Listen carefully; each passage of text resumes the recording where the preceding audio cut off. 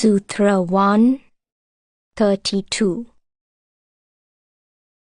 तत्प्रतिषेधार्थमेकतत्त्वाभ्यासः.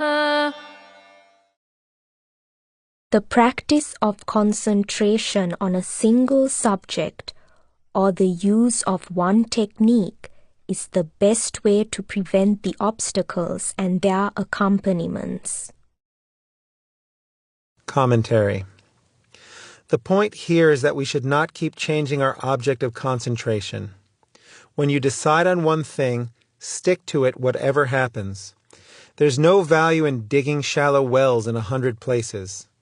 Decide on one place and dig deep. Even if you encounter a rock, use dynamite and keep going down. If you leave that to dig another well, all the first effort is wasted and there is no proof you won't hit rock again. Before you start digging, analyze well and find out which spot is good. Then, once you decide and begin, you should not question it further. Go right at it, because it will be too late then to think whether it is worthwhile or not. You should have done that before. Even if it is a long route, your perseverance will make it short. Our aim is to make the mind steady, so it is immaterial what object we take. Anything can take you to the goal, because you are not concentrating on the object for the sake of the object, but for the sake of your goal. The object is only a symbol of that. We should always remember this.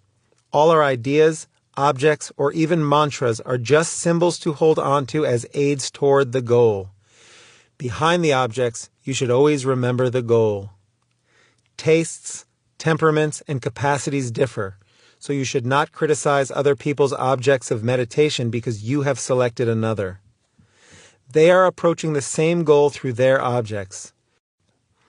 Just as you have confidence in your object, they too have that confidence in their way. We should not disturb other people's faith, nor let ourselves get disturbed from our faith. Stick to one thing and forge ahead with that.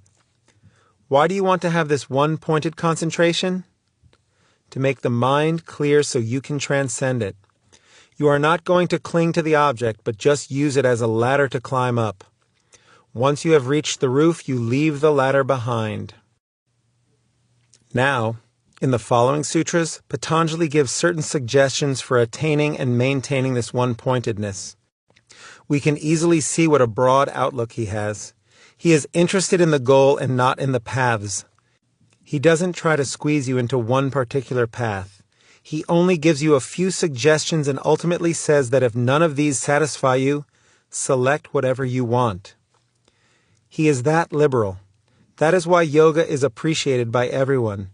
Nobody can deny the yoga philosophy because it has something to suit everyone. Sutra 1